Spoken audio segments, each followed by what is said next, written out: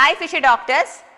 ഞാൻ ഇനി നിങ്ങളെ പരിചയപ്പെടുത്താൻ പോകുന്ന ആളെ പരിചയപ്പെടുത്തേണ്ട ആവശ്യമില്ല. നിങ്ങൾക്ക് സുപരിചിതയായിട്ടുള്ള സൈലത്തിന്റെ സ്വന്തം ഫ്യൂച്ചർ ഡോക്ടർ നമ്മുടെ ആർദ്രക്കുട്ടി.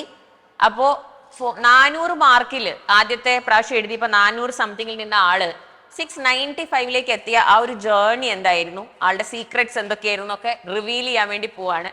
അപ്പൊ ആർദ്രക്കുട്ടി പറഞ്ഞോളൂ. എന്റെ പേര് ആർദ്ര. ഞാനിപ്പോ ജിപ്മർ പോണ്ടിച്ചേരിയിലെ 1ാം വർഷ MBBS വിദ്യാർത്ഥിയാണ്. ഫസ്റ്റ് ടൈം നീറ്റ് എഴുതിയ സമയത്ത് എന്റെ സ്കോർ 457 ആയിരുന്നു.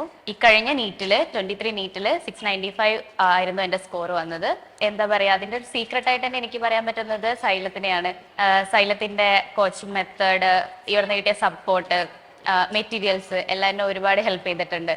അതേപോലെ എൻ്റെ പാരൻസിന്റെ സപ്പോർട്ട്, ഫ്രണ്ട്സിന്റെ. ഞാൻ റിപ്പീറ്റർ ആണ്. അപ്പോൾ റിപ്പീറ്റ് ചെയ്യാന്ന് പറയുന്നത് ഭയങ്കര ഒരു ടയറിംഗ് ആയിട്ടുള്ള പ്രോസസ്സാണ്. ഈസി ആയിട്ട് ആർക്കും കടന്നു പോകാൻ പറ്റുന്ന ഒരു കാര്യമല്ല. അപ്പോൾ അതിനൊക്കെ ആ സമയത്ത് എൻ്റെ സ്ട്രെസ് കുറയ്ക്കാനും ഒക്കെ ഇവിടുത്തെ മെന്റർഷിപ്പും അതേപോലെ ഫാക്കൽറ്റീസിന്റെ സപ്പോർട്ടൊക്കെ ഒരുപാട് ഹെൽപ്പ് ചെയ്തിട്ടുണ്ട്.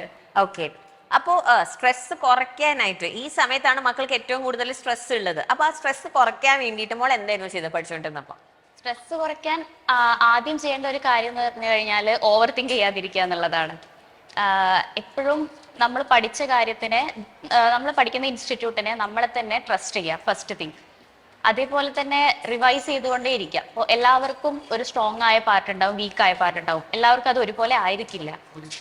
ഇപ്പോൾ എനിക്ക് കെമിസ്ട്രി കുറച്ച് ബുദ്ധിമുട്ടായിരുന്നു. അപ്പൊ ഞാൻ അതിനു വേണ്ടി കൂടുതൽ ടൈം സ്പെൻഡ് ചെയ്തു. അപ്പോൾ നീറ്റിൽ എനിക്ക് ഏറ്റവും സ്കോർ ഉണ്ടായിരുന്നത് കെമിസ്ട്രി ആയിരുന്നു. അതെ, അപ്പൊ ഏറ്റവും ടഫ് ആയിട്ടുള്ള സബ്ജക്റ്റിൽ ഫോക്കസ് ചെയ്ത് പഠിച്ചു.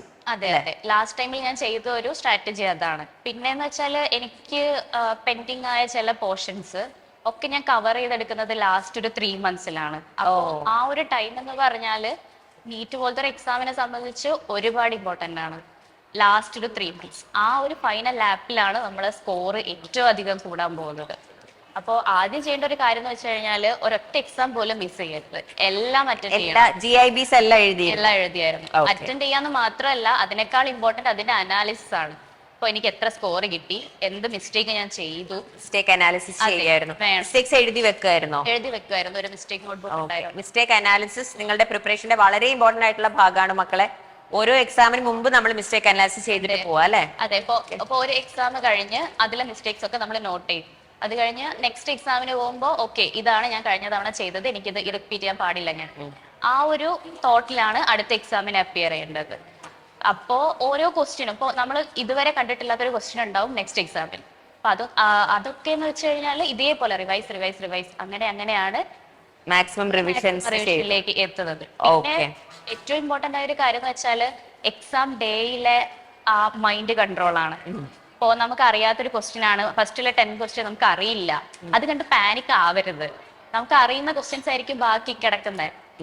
അപ്പോ പിന്നെ നമുക്ക് ഈസി ആയ, പിന്നെ ആ എക്സാം ടൈമിലുള്ള എക്സാമിന്റെ ഓറിയന്റേഷൻ, എഴുതുന്ന മെത്തേഡ്, അതൊക്കെ നമ്മുടെ സ്കോറിനെ. അപ്പൊ നല്ലപോലെ പേപ്പർ എങ്ങനെ ആൻസർ ചെയ്യുന്നുള്ളത് മോള് പ്ലാൻ ചെയ്തിട്ടായിരുന്നു ചെയ്തിട്ടുണ്ടായിരുന്നു. ആദ്യം ഏത് ആൻസർ ചെയ്യാൻ തുടങ്ങിയത്? ഞാൻ തീരുമാനിച്ച കാര്യം ഒന്നെങ്കിൽ ഫിസിക്സ് അല്ലെങ്കിൽ ബയോളജി സ്റ്റാർട്ട് ചെയ്യണം എന്നാ വിചാരിച്ചേ. അപ്പോൾ ഞാൻ ഉദ്ദേശിച്ച കാര്യം ബയോളജി ലെങ്തി ആണെങ്കിൽ ഫിസിക്സ് നിന്ന് സ്റ്റാർട്ട് ചെയ്യാം, ഇനി ഫിസിക്സ് ടഫായി തോന്നുകയാണെങ്കിൽ ബയോളജിയിൽ നിന്ന് സ്റ്റാർട്ട് ചെയ്യാം. അതായിരുന്നു എന്റെ പ്ലാൻ. അപ്പൊ ഞാൻ നോക്കിയ സമയത്ത് ഏകദേശം എല്ലാം ഒരുപോലെ ഉണ്ട്, മൊത്തത്തിൽ ഒരു ലെങ്തി പേപ്പർ. അപ്പൊ ഞാൻ നേരെ ഫിസിക്സ് നിന്ന് സ്റ്റാർട്ട് ചെയ്തു. അങ്ങനെ ഫിസിക്സ് എല്ലാം പെട്ടെന്ന് കഴിഞ്ഞു. എനിക്ക് ടൈം മാനേജ് ചെയ്യാൻ പറ്റി. ലാസ്റ്റ് ഒരു 10 മിനിറ്റ്സ് എനിക്ക് ബാക്കി ഉണ്ടായിരുന്നു. അതിനനുസരിച്ച് പ്ലാൻ ചെയ്തിട്ടാണ് ഞാൻ എക്സാം എഴുതിയത്. അപ്പൊ എനിക്ക് പറയാനുള്ളത്, എനിക്ക് ഈ ഒരു സ്കോറിൽ എത്താൻ പറ്റിയിട്ടുണ്ടെങ്കിൽ അതിന്റെ ഏറ്റവും വലിയ കാര്യം സ്ട്രെസ് മാനേജ്മെന്റ് ആണ്. അതേപോലെ എക്സാം പ്ലാനിങ്.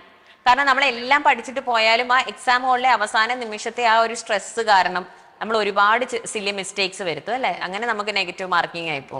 നമ്മൾ എപ്പോഴും മൈൻഡിൽ വെക്കേണ്ട ഒരു കാര്യം എന്ന് പറഞ്ഞാല്, ഈ ഒരു എക്സാമിന് വേണ്ടി അല്ലെ ആ ഒരു ദിവസത്തിന് വേണ്ടി രാവും പകലും ഇല്ലാതെ കഷ്ടപ്പെട്ടാണ് നമ്മൾ അവിടെ പോയി ഇരിക്കുന്നത്. അപ്പൊ അത് ആ ഒരു നിമിഷത്തെ സ്ട്രെസ് കൊണ്ടോ ടെൻഷൻ കൊണ്ടോ നശിപ്പിക്കാനുള്ളതല്ല.